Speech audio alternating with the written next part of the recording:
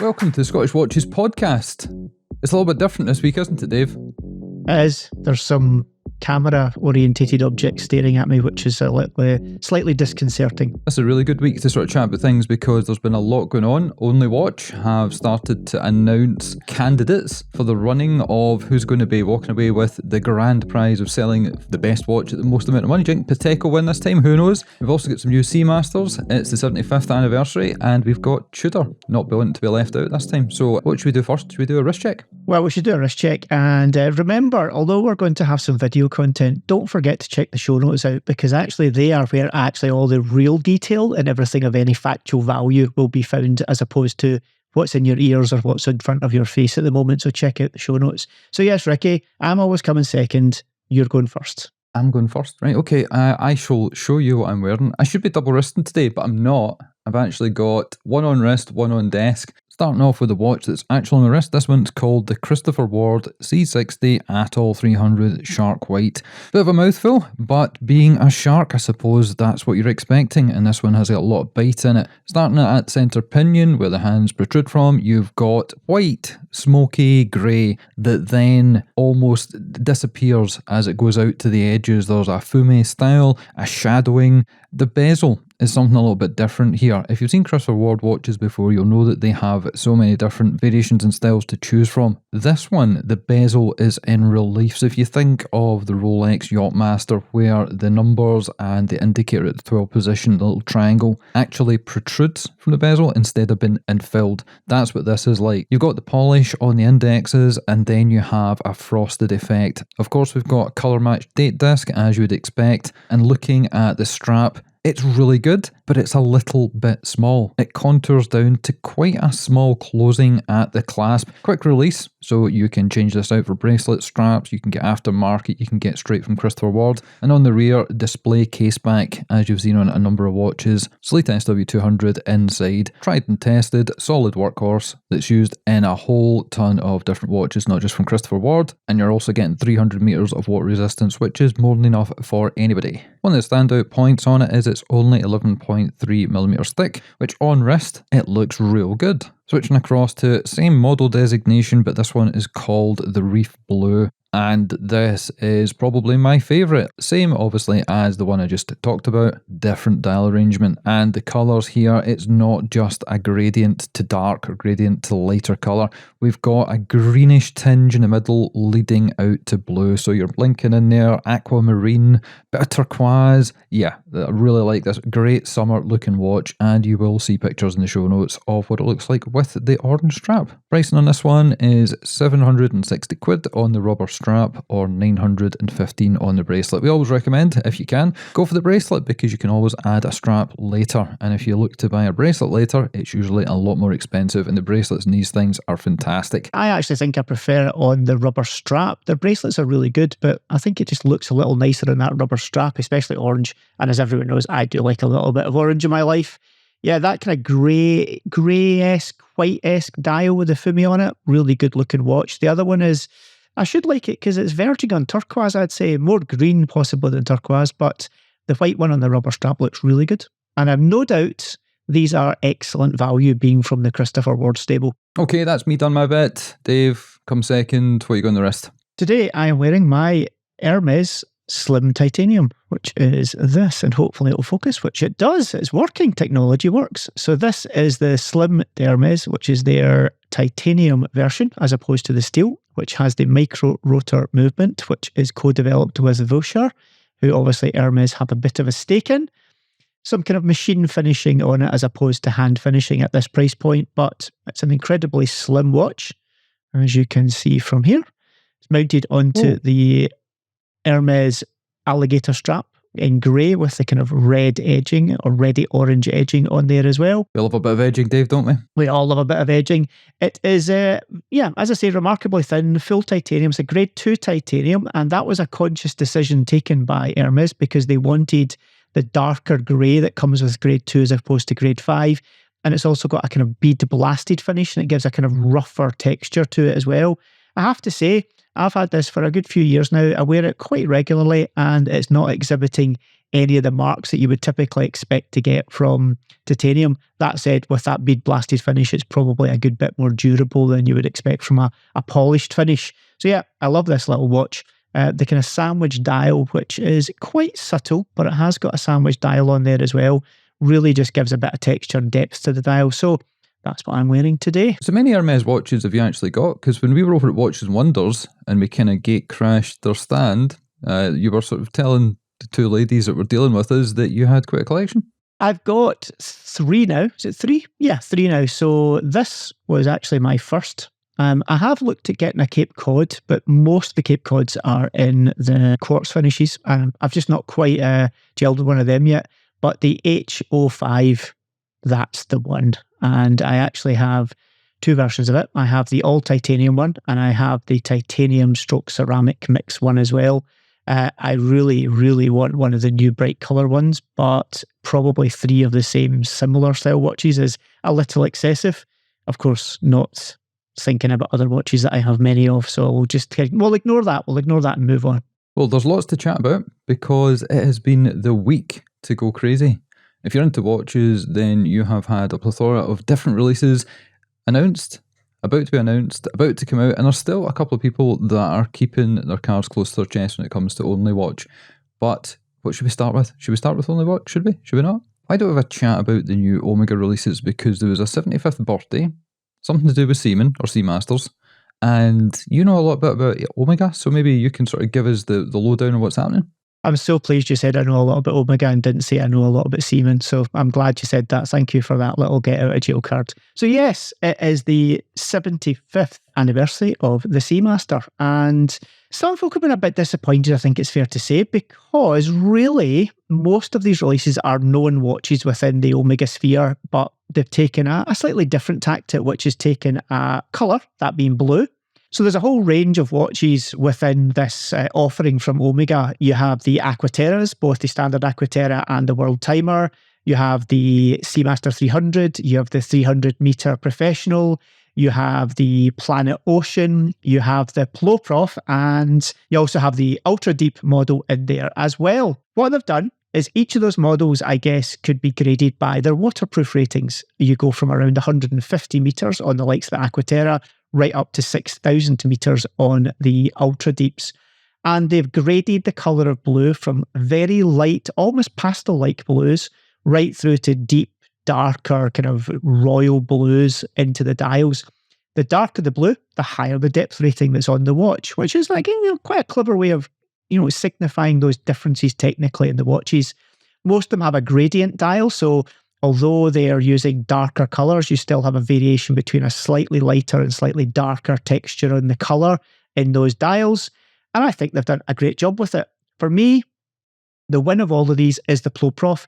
Probably the one that most people are not going to buy, but have certainly, if you look at social media and you look at the coverage, have all said that that's the watch.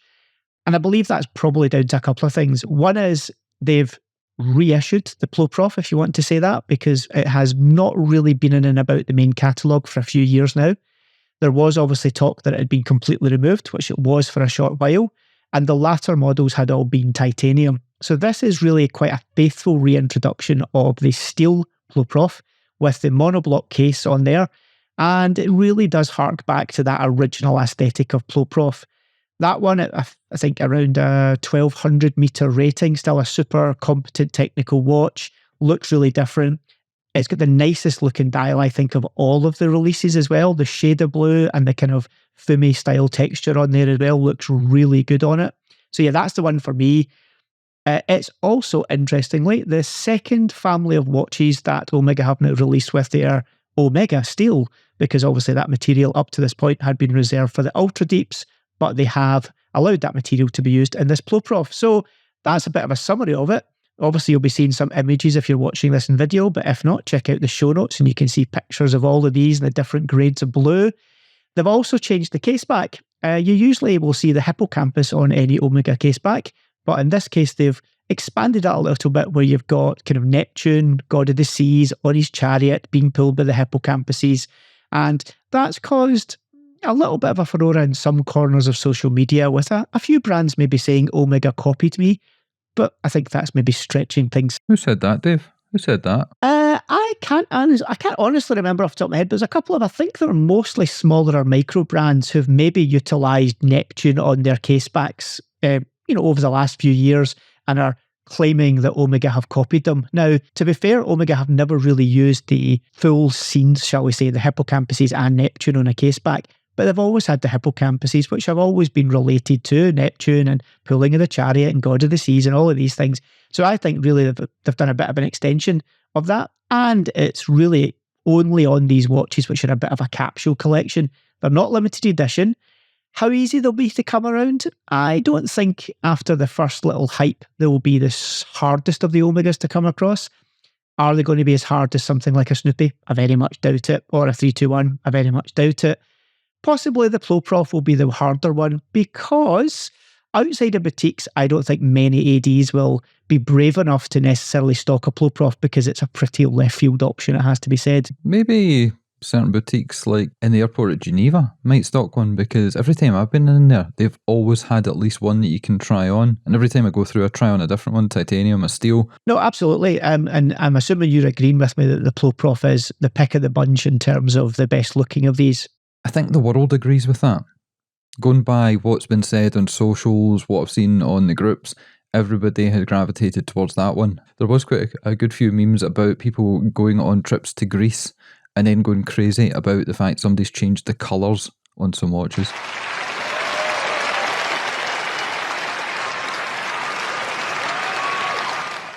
I think, to be fair, a lot of the coverage seemed to say Omega have released some new watches that aren't particularly new. Maybe they're a new colour, but they're not particularly new. But let's have a massive party in Mykonos in Greece to celebrate the fact that looked quite luxurious. But hey, if you're able to do that, why not?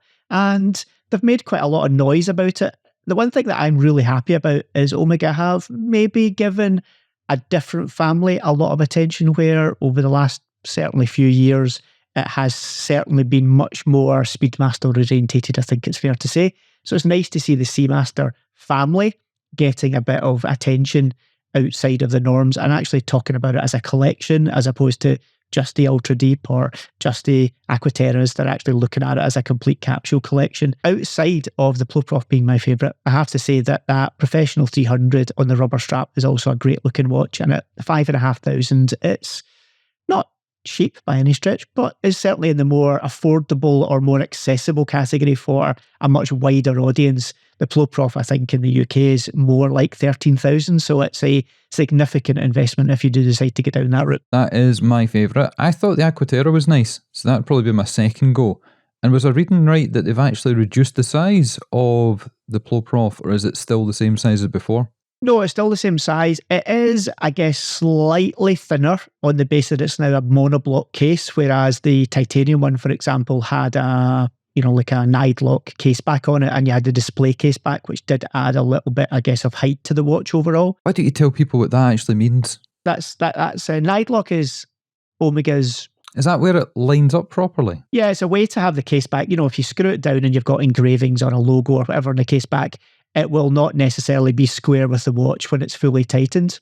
Nidelock's a way where the ring on the outside can spin to lock it down whilst retaining the central part, whether that's glass or whether that's a solid case back. It keeps it straight and centralised to the watch so that when it's fully tight, it's lined up and it looks, quote, perfect. In the same way, I guess, as many folk quote that Rolex can have a crown that keeps the crown nice and straight once the crown's been screwed down against the case. That's bullshit. That is, I believe. I think if you get a crown that generally lines up, you're lucky rather than by design. If you get bezel that lines up, you're also lucky. I mean, fair. I think that can be said for quite a lot of watch brands. Mm-hmm. Yeah, I like how you just decided to level the playing field there, not let Rolex go out on their own.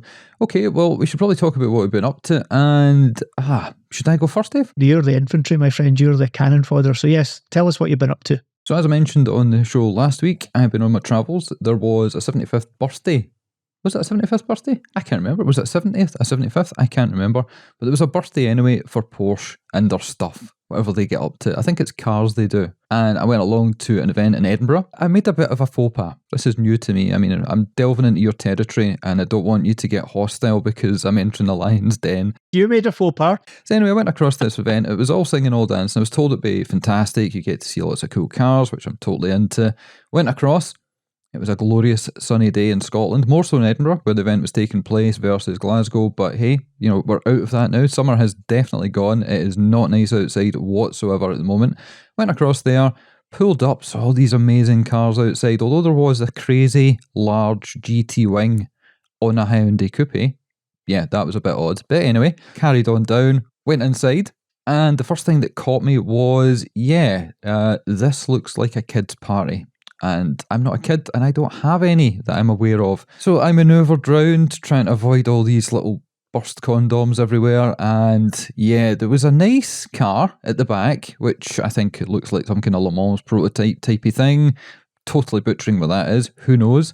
I had a good look at that, had a look at some of the cars they had, but they'd taken all the good cars out of the actual showroom and hidden them around the side because they didn't want sticky fingerprints from the children's. I tried to make the most of it. I got bored at Porsche because I've seen all the cars before, all three of them that were inside. Looked in the car park. The customers' cars were the best ones. There was some really cool GT4s, a couple of GT3s, some classics. I got there late. So I missed the best cars because I looked at the pictures from other people on Facebook and yeah, they had a great time. But then I thought, you know what? I'm here anyway. And it just so happens that just round the corner, there's a Ferrari dealership. And I've never been in a Ferrari dealership in my life. So I went there and the lady was absolutely pleasant. Walked in and said, I'm not buying anything. Not here to steal otherwise. But I'm just here for a quick look. Then I went outside and next door to that was Lamborghini. And I thought, wow, Lamborghini, this is going to be incredible. And it was incredibly shit because they had no Lamborghinis apart from one second-hand good-looking thing out the front and this crazy off-road Dakar rally style thing inside. So that was my trip to Edinburgh. The whole week has been basically gearing up to buying gear and not the kind that people buy in Scotland for around about £100 a gram. I'm talking about audio equipment and video equipment because we started this video thing. We mentioned it last week. If you're watching on YouTube just now, you'll see what's going on. It's a bit ropey because it's the first episode on video, but we're going to practice, get better, move things along because the feedback we've had from everybody is they wanted to see pictures, they wanted to play along at home in a more interactive way. The audio podcast, if you're listening to that just now, it's the same. It will not change. It will not deviate. We will continue doing what we are known for doing best, and this is just an add-on. So if you're driving, we don't recommend you watch the video. If you're at the gym, you might fall off the treadmill, so just listen to the audio. If you want to come back, watch the video later on, great stuff. If not, Miziel is not fired. He will still be doing the show notes. So my week, pretty mundane, it has to be said, but that said, it has been very busy. Got back from my travels to a lot of emails that needed dealing with. We had a bit of a launch, something that went on with work, which we're not allowed to talk about, but we launched something which made me even busier. I don't care because I've got flags. Apparently it was the 75th. I mean, when you said 75th, I thought you might have sneaked off to Mykonos or something, but no, in fact, you were just in Edinburgh. We were celebrating SeaMasters and Porsches, it turns out. And I got two of these because I asked for two. Yeah. And when I'm busy picking them up from the foyer, I'm holding up flags, by the way. Look in the show notes. When I was in the foyer picking these up, I said, can I get two, please? And the guy says, you want two? I said, yeah, for both kids. One will get really upset if I only come home with one. And he says, they're really for you, aren't they? No, of course not. So, yeah. Are you going to, by any chance, be putting them in each front corner of the wings of your Porsche so you can drive about like some kind of third world dictator? I'm getting flashbacks to a really good Sacha Baron Cohen movie that I need to rewatch. Yeah, but yeah, I got a wee goodie bag as well. And inside here, oh, Jesus.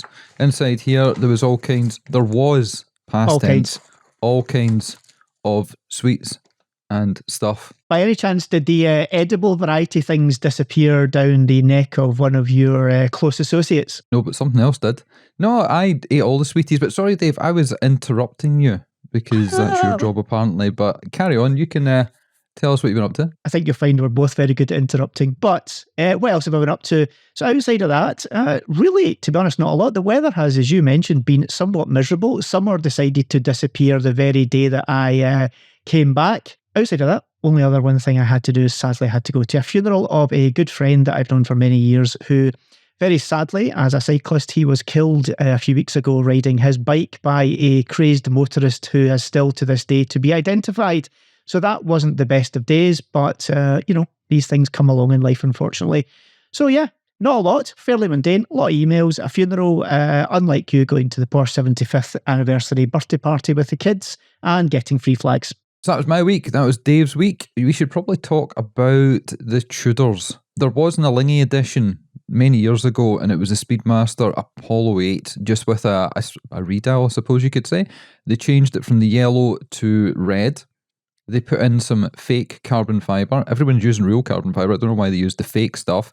And it looked like a very poor second cousin to the one that I've got, the one that you've got, the yellow. So reading about this release, it seems that this is actually a race team, something to do with Red Bull, and that's why they're doing watches. Tudor decided to get in on the act. They've actually used real carbon for a change, and it is an FXD model. I had to look at the pictures. It looked nice, but it looked off. And I can't really put my finger on exactly why. Have you had a look at these ones? Obviously, you've got, I think you've got an FXD. I do. So this is the Alinghi collaborations, and my understanding of Alinghi is it's a yacht racing team. Omega were the corporate sponsor, watch sponsor with them a good few years ago. I think there's been someone in between, and I can't for the life of me remember who it was. It's on the tip of my tongue, but someone else has been the Alinghi watch brand sponsor over the last couple of years as well. And this year, it's the turn of Tudor. They've launched 2 watches, both based on the Pelagos FXD, which came out, I believe, 2 years ago now, I think it was. The very end of 2021, I think it was, it came out. Then there was a 2022 edition, and we're into 2023 now. Now, these I can't quite decide whether I like them or not. The standard time version of it is very similar to the all-titanium Pelagos FXD, except it has a carbon composite case, so it remains to be seen how much carbon's actually in there. Plastic. Me gets the feeling, and I'll tell you why I get that feeling when I come to it, but carbon composite case, as they call it, with a titanium bezel with a carbon composite insert on it. You've got the one-piece strap, as you would kind of expect from the FXD, being a fixed lug design watch. A kind of strange blue. I can't quite put my finger on the colour to describe it. Obviously, check out this video, check out the show notes if you want to have a look and see if you can call it a blue yourself. But it's a bit washed out, is how I would describe it. Little hints of red in there. And they've also done a chronograph version. Now, this one, in my opinion, is all wrong. Why is it all wrong, Dave? Tell us why it's all wrong. It's just a bit messy. Again, based on the Pelagos FXD, which for me works because of its simplicity. It's a very simple time-only watch. It's got the fixed lugs on it. It's a kind of utilitarian tool watch design. When you make it into a chronograph, it's suddenly got a little bit too fussy for me. This one, again, has this carbon composite case. It's got the titanium bezel. It's got the carbon insert in the bezel. And you've got the chrono registers on there as well. Interestingly as well, this looks like it might be a Kinesi-developed movement because it's claiming to be an in-house caliber chronograph module that's in there. Now, as to whether it's a Kinesi base with someone else's module on it, they've not given that much detail out yet, or whether it's finally an actual Kinesi full chronograph that they've managed to get in there. Who knows? Is it not still the platform share with Breitling? Possibly. Of course, they haven't said that. That's what I'm saying. They've not put too much detail in there. So, well, we should, because let's be honest, that's a well-known piece of information. It's not as if that's a trade secret by any stretch. Obviously, each brand doesn't like to shout about the other brand whilst they're doing things, but hey, I just don't think the chronograph, for me personally, works super well in this watch, but I'm sure some folk will like it. To the point as to why I think this might be more plastic than carbon fibre, let's look at the price. The standard titanium Pelagos FXD comes in the UK at just under £3,500. I think it's 3,450 or 3,490 in and about there. This carbon, inverted commas, version of it, limited edition to some degree with the Alinghi alignation on it, is cheaper by quite a few £100. This one being just over 3,000 UK pounds. I think it's very unusual for many watch brands to produce a carbon-cased version of an existing watch, and it's materially cheaper than the non-carbon one. this is what makes me think it's probably some form of carbon composite that's more orientated towards plastics than it is towards carbon fiber. I may be wrong, but that's possibly where I'm coming from when you look at the prices. I like the colour. I know what you mean about it not being blue. It's got a hint of violet in there, just ever so slightly. It even gave me vibes of even the ceramic Speedmasters. There's a sort of dark blue one. Good on Tudor for doing something, releasing something almost mid-year. Good to have something out. Good to have some blue watches out from the water, from Omega. And yeah, you take your choice. As we keep saying in the show, there's no such thing as a bad watch. If it wears properly, it tells the time, and it doesn't cut your wrists to shreds, go for it. It's your money. Take your choice. But another choice that people potentially could take, if they were in the right region of the world, in the right boutiques perhaps, is the guys at Moser have taken a watch that you own, done some things to it, played around with some precious metals, and then I think they fell at the last hurdle, personal opinion, with the strap option. Now, what's your thoughts on this, being an owner, being a personal friend of Edward and the crew at Moser? Are you going to have to mince your words a little bit here? No, I think we're going to align pretty perfectly on where it doesn't quite pass muster to the same extent as other streamliners. This is the Chronograph Automatic Boutique Edition. Now, it's based on the well-known Moser Streamliner chronograph, which was the first of the streamliners to come to market. And it has to be said, still to this day, one of the most beautiful watches in the Moser range, if not one of the top 10 watches that personally I believe exist in the watch market over the last few years. I've talked about it often, and I've always said, the phrase I think I've used a lot is, the watch is greater than the sum of its parts because of the shape of the case, the dial, the movement, and the bracelet. So this boutique edition is in 5N red gold. It looks stunning. They've done a 5N red gold before with the black Vanta Black dial that we've seen. I think both of us have had a hands-on of that at Geneva over the last couple of years. I think it was maybe last year at Geneva Watch Days. In fact, we both saw Edward and he had one on his wrist and let us have a play with it. Did we not make a video about that one as well? Did we not do a video? Did we not even do a video on the original Vanta Black in the display cabinet where I pan the camera around and you get to see there's actually a watch there instead of just black felt and velvet? Exactly. So I think it's fair to say both of us, I can speak for me, but I think I can possibly speak for you in this, think that the Streamliner, as a general rule, is a pretty fantastic watch. In this boutique edition, which is only going to be available either via branded boutiques, or it also says on their website now, selected ADs who have a boutique feature area within their actual store. So it'll only be available from a small handful of these retailers worldwide, which there's maybe, I think, around 20, 25, I believe, from looking on their website. 5N rose gold, everything's going well so far. It's got the matrix green dial on there that you would know from the standard Streamliner center seconds that made it such a popular and well-loved watch. And you've got that chronograph module and you've got that chronograph movement in there, not module, chronograph movement that, again, everybody thinks is a bit of a work of art, because it is. Where it falls down is they've put it on a strap. Gone is that beautiful kind of organic armadillo-esque bracelet that we all know and love from the Moser Streamliner family. Yeah, like a Predator's outfit. Not that type of Predator, I mean the Arnold Schwarzenegger movie. Yeah, it's an amazing bracelet. It's an amazing kind of piece of engineering and aesthetic as well. And they've put a black rubbery sailcloth type strap on there.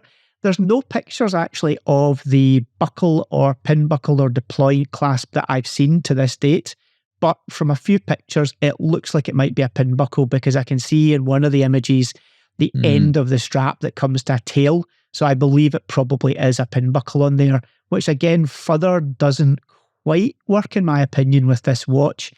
The watch is quite chunky. It's not like it's a fat watch or a big watch, but it is quite chunky in its aesthetic. And I believe personally, it really needs the bracelet to finish it. As to why they've gone with the strap, who knows? It could be a combination of things. I do know that certain owners have been asking for a sports style strap. Again, like various other watches that come on rubber straps and bracelets, like, for example, the Vacheron Overseas. Some people, especially in warmer climates, want a rubber strap or a kind of sailcloth strap for summer weather where their wrist swells a little and a bracelet's a bit more awkward. So maybe they've done it for that reason. But personally, I haven't seen one in hand yet, so I may reserve judgment until I physically get one. But from all the pictures and everything I can see about it, the strap isn't as good as the bracelet. I think that's the fairest way I can say it until I physically get a hands-on. So I think we're aligned on that. Everything else is a win. Not so keen on the strap. Well, I'd have to agree with you. I don't like it on anything bar that armadillo articulated bracelet, because when the Streamliner came out, it was all these different parts in unison. And when you take away one of the parts, it kind of falls flat. That case shape is not something that lends itself to wearing a leather strap or even an FKM rubber. I think it's a bit of a miss. I don't know, maybe if certain boutiques had asked for something like this. I read somewhere that customers of the Streamliner had asked specifically to get stuff like this done, and bringing it out as an option would be a good idea, but maybe not bringing it out on a limited edition release. Who knows? The guys at Moser, they sell out all the time with their different releases because they are fantastic. I've got nothing really bad to say about the watches because they're cool. And if you like it, you buy it. If not, you don't.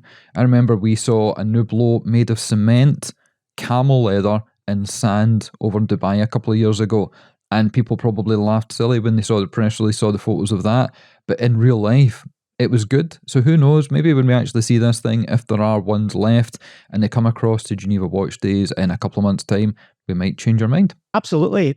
You mentioned that Hublot. Neither of us, it's fair to say, are particularly big fans of the Hublot aesthetic as a general rule. I think both of us, and more shockingly me, we loved that watch. That concrete watch was super cool. If we read the spec of it, it was like, this shouldn't work, but it did. So again, as I mentioned, I think I'll reserve judgment a little bit. My only comment from the pictures is, if the strap was maybe chunkier, if it was maybe a bit bigger, it just looks like too delicate and too thin a strap for that case shape. It doesn't look like it flows from the case into the strap in the same way as the bracelet does. So maybe it needs maybe it'll be better in real life. Maybe it won't be as bad as the pictures make it look. Who knows? Let's hold judgment. Dubai Watch Week's coming up, so there's maybe a slim chance that we might get to see one at Dubai Watch Week. And if we do, we can revisit this and we can either say we were right, which I say 70% I think we're going to be right, or maybe we were wrong. And if we're wrong, we'll admit to it. These things happen. We'll just have to see, but there's a lot of things to see when it comes to Only Watch. If you don't know what Only Watch is, it is a charity-led auction. It happens every 2 years. It was Luke who was on our show just before the last edition. Thanks to Barbara Palumbo and Max Busser for helping us organise that one, because that was amazing to do. It's back this year, and already there are a lot of releases announced. Some have been showcased, some are still hidden. There's a couple of other brands that are keeping their cards close to their chest, and that's absolutely fine. I don't like it sometimes when all the news comes out on the one day, because you don't get the right amount of time to process, acknowledge and take in the splendour of some of these watches, and some of them are absolutely incredible. They've been worked on for the last 2 years. FP Journe have been working on, as they do always, a brand new movement for the watch that they brought out. I'm not particularly keen on the look of it, but hey, props to the guys for first of all getting involved in the auction yet again and producing a new movement that's going inside it. So if you had a chance to have a look through the releases, can you go through what we know and what we're about to find out about? Having a look over it, my email went absolutely insane. I think it was either yesterday or the day before that we're recording this, and suddenly every minute or so, another email came in from it was like one of the brands. Ooh wee, that goes ding ding ding ding ding ding ding ding. That's what my Outlook was like. It was like that little thing when you get Sonic collects rings and there's a big row of them all along the screen, and he runs through them and it's ding ding ding ding ding ding ding ding. And I was like, what's going on? Where did all these emails go? And then suddenly, it's Only Watch. And as you mentioned, an amazing cause, obviously a sad story, a really genuinely sad, family-orientated story. This is all to do with raising funds to try and get treatments and or ultimately a cure, if that can be found, for Duchenne muscular dystrophy. A really terrible infliction on people that have to suffer from this, and very much life-limiting. Do you want to explain the story of why this was important to Luke and why this auction happens every couple of years? Absolutely. So Luke is someone who, by his own admission, isn't really from the watch world. He has worked more in the world of yachts and boats and such like in his life. Unfortunately, his child was born and was diagnosed with this, and he knew, and his partner knew, that their child unfortunately would not live to see a full life because there were no treatments, there were nothing of any value that could extend life or bring relief to this condition. And after his child had very sadly passed, he has dedicated his time and his life to raising funds to make sure that research can be directed specifically at this condition so that hopefully people in the future will not have to suffer in the way that he and many other people have had to suffer. So, taking inspiration from adversity and from sadness to do something good for this world. So, he's someone that, I know lots of people, you have to look up to him for what he does, because it takes a huge amount of time, dedication, and convincing to get the number of these watch brands that he now has on board to do what they do. If I remember from his original time he was on the podcast, he said the first time they did it, actually it was quite small in scale, not a huge amount of watches, not anything like the amount of money they raise these days. And it's really burgeoned and grown. And the number of brands now that dedicate a lot of time and effort and money to produce something that truly is piece unique to put into this auction to raise huge amounts of money that go to this cause, I think is nothing but admirable as well. So hopefully we can maybe get Luke back on, whether it's for an episode or whether it's just for a bit of a quick chat that we can insert into a future show to talk about this year's show. I'm sure we'll see him, later in the year. He was at Dubai Watch Week 2 years ago when we got to meet him after we'd recorded. So it will be great to meet up with him again and see how this year's does, because there's a lot of watches announced so far. More still to come, I believe. Well, I think before we talk about the watches, we should explain just how important this charity event is, because the amount of money that's generated every couple of years, any amount of money is phenomenal. And obviously we've got our version of this thing that we spoke to Luke about in Dubai a couple of years ago just to get his blessing of what we were doing. And I remember him saying to you that any money generated for any charity is fantastic. So he was quite up for the fact we were doing the Every Watch charity auction versus the Only Watch, our ones for the everyman, everybody in the street. Yeah, the amount of money generated is phenomenal. In the UK, we've got a thing called Children in Need, and that's where celebrities and everybody gets involved in television. There's like a telethon event. It runs over the course of one day and one night, but people are fundraising beforehand, afterwards. Lots of pledges are put in, and they make in the region of 30 million, depending on what year it is. This watch event brings in the equivalent amount of money based on what I've looked at in the past, and this is for the watch industry. This isn't celebrities, this isn't movie stars, singers, people on television. What this actually generates funds-wise for the charities that are involved is just incredible, and we can't say enough good things about it. Our one for Maggie's is going to do really good. This one it's on a world scale. Absolutely. It's on a completely different scale. The amount of money that these auctions over the last couple of versions or iterations of the auction have raised has been mind-blowing. But sadly, the amount of money that's needed to do the research to try and get to the bottom of this condition is mind-blowing as well. So I think it's amazing that they've actually managed to raise these kind of numbers. So check out the show notes for a few links to the Only Watch auction site if you want to go and investigate more about what Only Watch is all about, the background to it.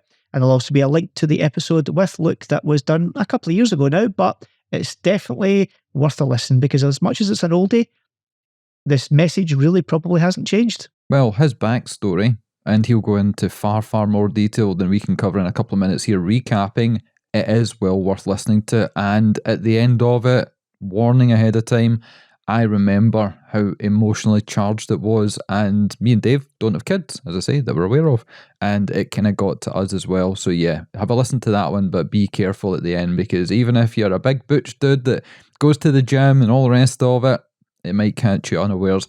Let's talk about the releases, and I think there's probably about 10 that are floating around that people have been speaking about quite a bit. What are your favourites? what are the ones that haven't really hit the mark for you? I think in the region of 60-something watches have been announced so far. I've looked through most of them. Some of them don't really float my boat. Some of them definitely do. Some are interesting for good reasons. Some are interesting for less good reasons, a bit more boring. But I've made a few notes. So although this isn't video and I should be looking at the camera, I'm going to fortunately have to look down at my notes because there's that many that I have had to write notes and can't remember it all off the top of my head. So ones that have really struck me, lot number 1, that is the Anderson Genève Jumping Hours Only Watch 2023. Super simple, amazing looking. Just an ultra deep black dial, jumping hour movement. Quite basic, quite simple, but absolutely stunning. Just a dress style watch that I think I could see myself wearing all day long. I think this watch is just unbelievably good. Platinum case with a rose gold crown on it. And it's got a jade stone dial on there as well that's been polished to within an inch of its life. And I believe it's cut to 0.4 millimeters thick. So trying to cut a natural stone material to that kind of degree of thinness, I'm going to bet they probably broke a few whilst trying to do it, because that's no mean feat to do it. So that for me, just as glancing over them all without looking at specs or complications or anything else, is the one that just for me, I thought that's just a stunning looking watch. Then a few interesting ones. The Bulgari Octo Finissimo Tourbillon Marble. What can I say? A watch I've talked about many times, a watch I want, a watch I can't get because it just doesn't sit in my wrist. But they've done it in marble. How do you do something in marble? You have asked the question I've been asking myself and trying to research on for a time. Now, effectively, this is a titanium version of the Octo Finissimo that we all know, albeit the tourbillon version. Does that mean you hate it? No, I don't. I do and I don't. It is so ostentatious and so garish in this marble finish that it has gone from being awful to be amazing simultaneously. It's kind of like if you think of, you know, when you see like one of these opulent bathrooms that's all green marble with gold taps and you think, it's so bad it's good. Yes, that's where this watch is for me. Now, looking at a couple of my notes, because I wrote some notes down on this one, this marble coating on it, because it is a coating, so it's like going to B&Q and finding the cheap stuff. Well, but it's a real marble. So it's a DLC treated titanium case that's been coated in a, quote, Verde de Alpe marble. So it's got 0.5 millimeters of green marble applied over all of the watch, not just the watch head, but also the bracelet and everything else. I'm going to bet this is not simple or cheap and is really frustrating to get right. But from the pictures that I've seen, I want to see this in real life because it's going to be unbelievable. I'm pretty sure the reason it's a one piece that's been done for only watches because the thought of making more than one will have petrified the people who were involved in making it, because this is not going to have been easy to do. Just an amazing watch. The Octo Finissimo, it's got everything you would expect, and it's the tourbillon edition, so it's the king of kings of the Octo Finissimo. This watch is just so bad, it's good. Well, I think the problem we've got here is ceramic watches are notorious for being easy to crack. Yeah, and if this is a sliver of marble over the top of a metal, look at it wrong and you're going to be in trouble. So yeah, this is going to be a look what I've got, put it in a display piece, put it in the safe, keep it safe. Yeah, but no, it looks incredible. It's the one that caught my attention visually because I ain't seen nothing like it before, and I doubt we'll see anything like it again. No, exactly. I think it's a technical exercise in excellence of look what we can do. Is it going to be durable and daily wearable? I'm going to guess probably not. But it's fair to say whoever buys this is probably going to delicately put it in the wrist, take a photo, and as you say, it'll be returned to the darkness of its little cubbyhole in the safe forevermore. Let's move on because we're running out of time, and we've got a lot more of these to get through. What would be your second one to chat about? A watch that I love, and it's very rarely talked about, that is the Laurent Ferrier Sport. And they've done, this is a watch I love because it's a tourbillon, and it's well known that I'm not the greatest tourbillon fan. What's going on? But the brand that cannot be named who pay your bills these days, have they infected your mind? There's not, because I will still say this loud and proud. Watches with holes in the dial to show off a tourbillon is not really my thing. Just aesthetically, it's not my thing. Working for own company then. Lots of people love it though, I think it's fair to say you can't like everything. Do I like tourbillons? Do I like the watchmaking skill behind it? Sure. Do we need tourbillons? No. Do people want tourbillons? Yes. Do we need to put a hole in the dial? In my opinion, no. In most opinions, yes.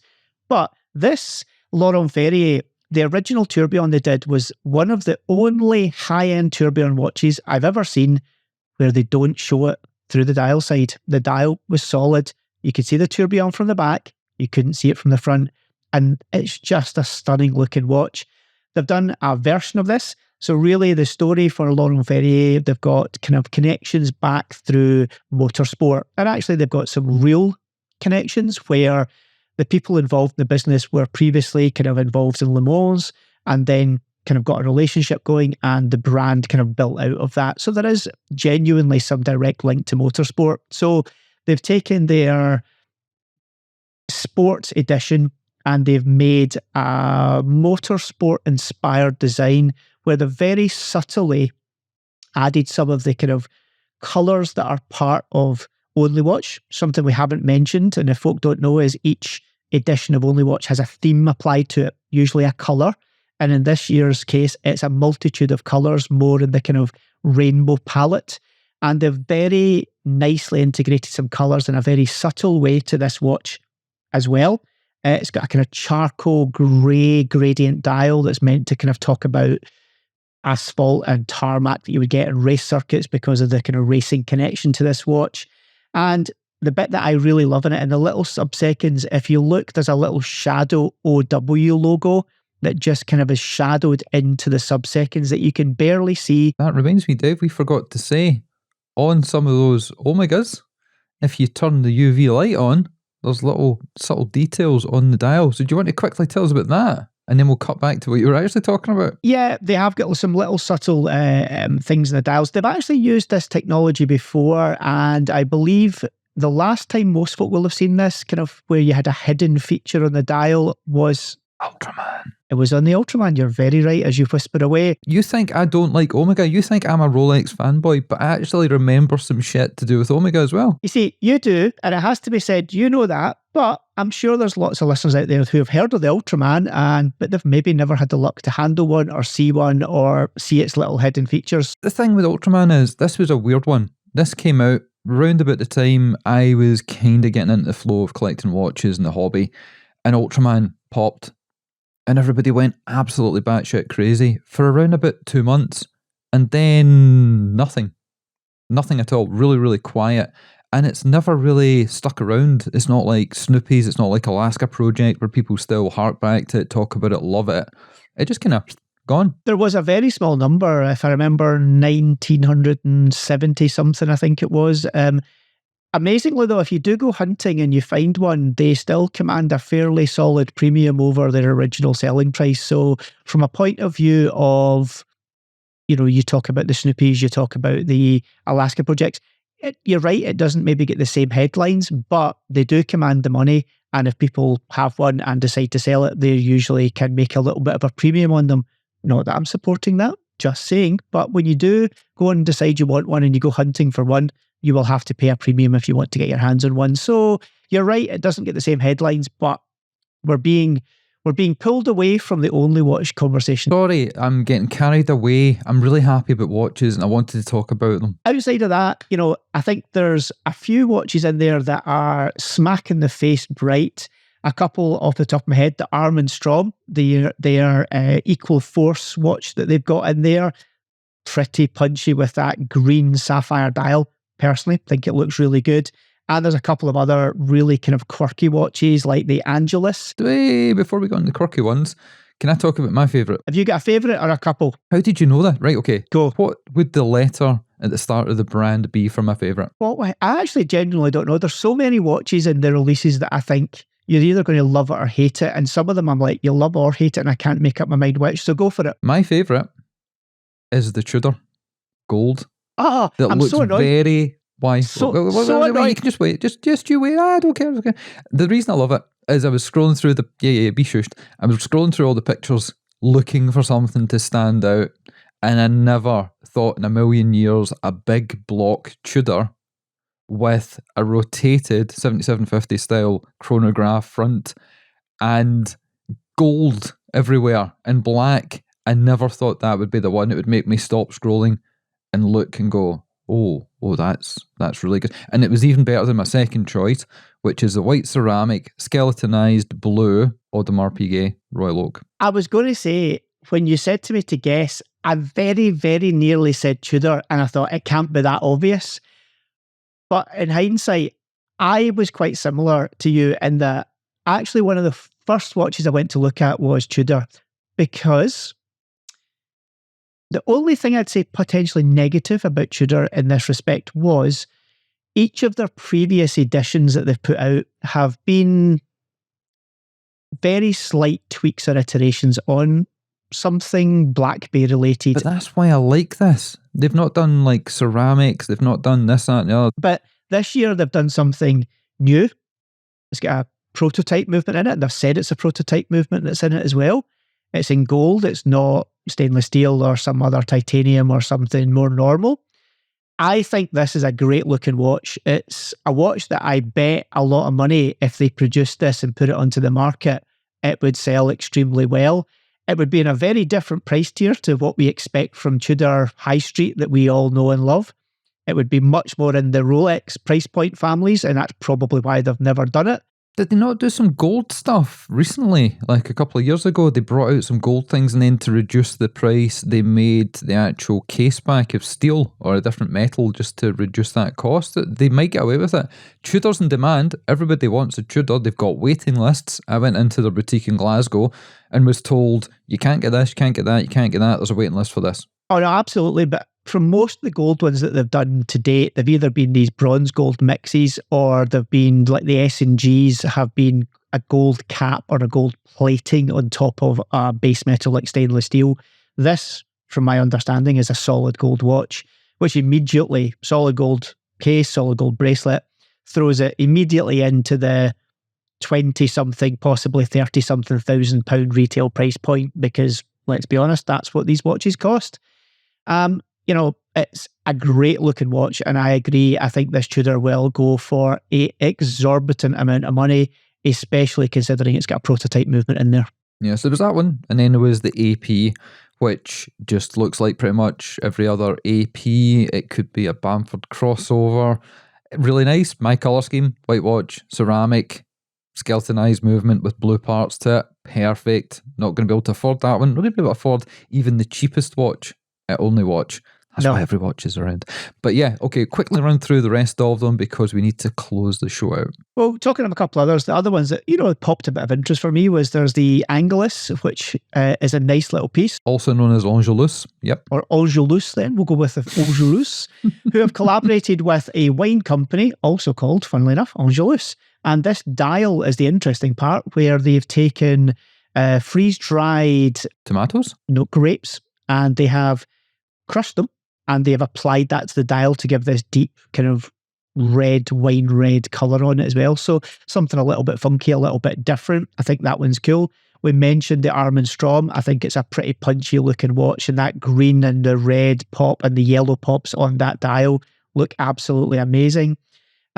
Interesting, the Baltic. I think it's pretty brave that these guys have gone down the road of doing something like a perpetual calendar.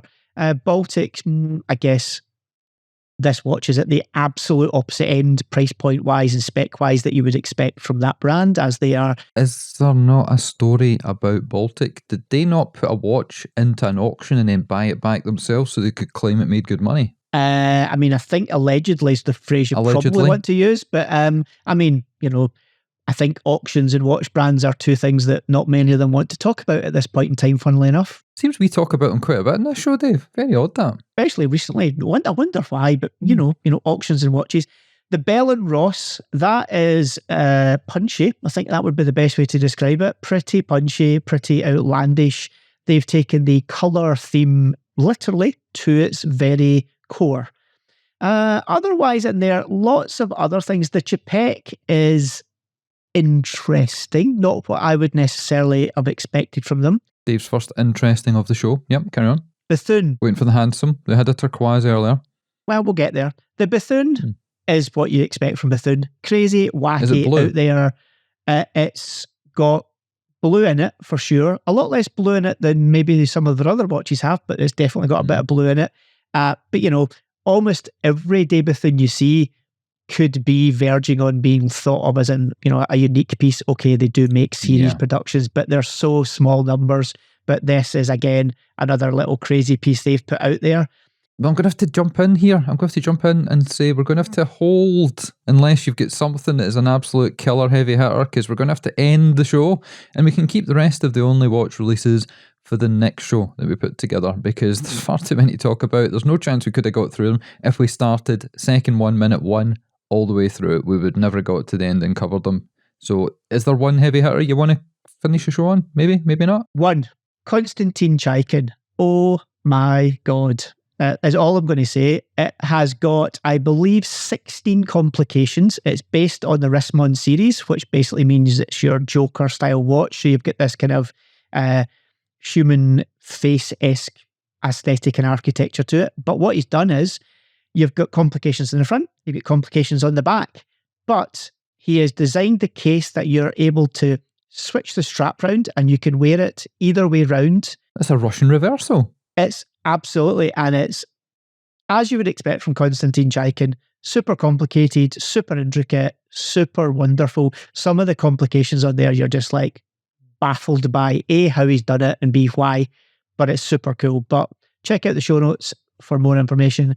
Check out the link to Only Watch, and you can have a good look at all of the pieces on there and get more information on them. I think I mentioned in the last news show that we had, our watch auction had a late entry. And I said it might happen, it might not happen. It has happened. It has been produced. I have seen the videos of this thing, and we're not going to let the cat out of the bag, but holy jeebus, it is incredible looking. And it's a former guest on the show. Somebody who I have the utmost respect for, I look up to, literally. So we'll not say who that is because we're going to release all the information, but I am just blown away, not just by this late entrant, but also to all the other watches that we have amassed for our collection. And details of that will be coming out imminently because the auction will kick off within this month. It's all here. It's all signed, sealed, delivered. We've got the photos done. We've got, everything is done. And it's taken so long to put this together. I can't actually understand how Luke manages to corral so many brands. And we're talking the highest brands in the world. We've been dealing with independents, local guys, British watchmakers, folks over in Europe. You would call them micro brands, perhaps. I would call them independents. Each one has been changed. It's been modified. There's 2 prototypes in there that have never seen the light of day. There are watches that are variations of current models that were limited edition that sold out, that have been fettled, and one has been kept back to be changed, modified, upgraded. So yeah, I'm looking forward to our auction as well. Probably looking forward to it more so than Luke's auction because it's our little baby. But yes, what do you want to finish off on? Forgive us for any little mistakes. This is our first go at, if you're watching the video, it probably isn't as perfect as we want it to be, but hopefully we'll remember to look at the cameras. I'm looking at your lovely little cherub face over there, Dave. That's what I've been staring at lovingly. Feedback's good. If we've done things well, if we've done things not so well, please do let us know because we want to make sure that the content and the podcast that you hear and you listen to is as good, if not better, than it's always been. Good luck with that. I know this has been ropey as hell, but hey, forgive us. And also, it's free. You get what you pay for. But yeah, thank you for joining us on our horological journey. This is the Scottish Watches podcast, now also available in show note form on our website, also available in video form on YouTube. If you have not already subscribed, be sure to do so in your podcast player of choice or on YouTube. You can subscribe there as well. We have got a vast back catalogue. We're talking almost 500 episodes. We're working on episode 500 at the moment. We have many irons in the fire. Hopefully we will bring you a fantastic guest. We've done it before. Episode 100 was Tim Mosso. Episode 200 was Jean-Claude Biver. Episode 300 was a double bill. We had the Genta family. That is still one of my absolute favourites because it was out of nowhere. It was never going to happen. It took 8 months to put together. and it happened, and it was beautiful. We had them back for, I think, episode 355. That again was just a classic. Hairs in the back of your neck, stand-up classic. From there, episode 400, we had to cut that into 2 parts. We didn't have 2 people, we had it in 2 parts because it was so good, and that was Roger Smith. So we've kind of painted ourselves into a little bit of a corner, because episode 500, where do you go from there? We have some ideas, we're working on some ideas. Yeah, stay tuned for that one. Also check out our website, we've got lots of articles, news, reviews, previews, all good stuff there, including roundups on a weekly basis. Plus, you can find the show notes for each episode of the podcast. So go there, www.scottishwatches.co.uk. And if you're on Instagram, because who isn't these days, follow us at Scottish Watches. Jump on our Facebook group. People still use Facebook, it turns out. Yes, groups on there are better than comments on Instagram posts because you don't get lost. You can put pictures in. You can put links in that you can actually click on. So go into Facebook if you're still there. Find Scottish Watches, the group. Like the page. Join the group. In there's lots of people chatting about watches day in, day out, lots of wrist checks. So that is us. Thank you for listening and watching to the Scottish Watches podcast. Be sure to tune in on Thursday when we have something happening. I don't know what it is, but it'll be good. And then next Monday, we'll be back with more news, more Only Watch stuff, and whatever else is going to happen. It could be calamities in the auction world. Hopefully not. We've had our fair share of them already. And that is a great episode in our back catalogue to go and check out with Periscope. Just a couple of weeks ago there, talking about very expensive SeaMasters that should not have been that expensive. They shouldn't have been expensive at all, in fact. So there we go. That's the end of an episode. Thanks for joining us, and we'll catch you guys again soon. Take care.